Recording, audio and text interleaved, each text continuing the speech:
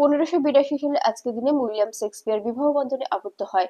1895 সালে আজকের দিনে বিশিষ্ট বিজ্ঞানী আলফ্রেড নোবেল তার সমুদায় সম্পত্তি উইল করে নোবেল পুরস্কার প্রদানের জন্য তহবিল গঠন করেন। 1901 সালে আজকের দিনে ওয়াশিংটন ডিসিতে আর্মি ওয়াটার কলেজ প্রতিষ্ঠিত করা হয়। 1912 সালে আজকের দিনে আলবেনিয়া জাতীয় পতাকা গৃহীত হয়। 1914 সালে আজকের দিনে ব্রিটেনে প্রথম মহিলা পুলিশ নিয়োগ করা হয়। 1919 সালে আজকের দিনে প্রথম বিশ্বযুদ্ধের শেষে মিত্র এবং সহযোগী শক্তির সাথে বুলগেরিয়ার নই চুক্তি স্বাক্ষরিত হয়। 1932 সালে আজকের দিনে পোল্যান্ড ও সোভিয়েত ইউনিয়ন পরস্পরকে আক্রমণ না করার চুক্তি করে। 1940 সালে আজকের দিনে আততায়ীর গুলিতে রোমানিয়া প্রধানমন্ত্রী ইয়াগা সহ 64 জন নিহত হয়।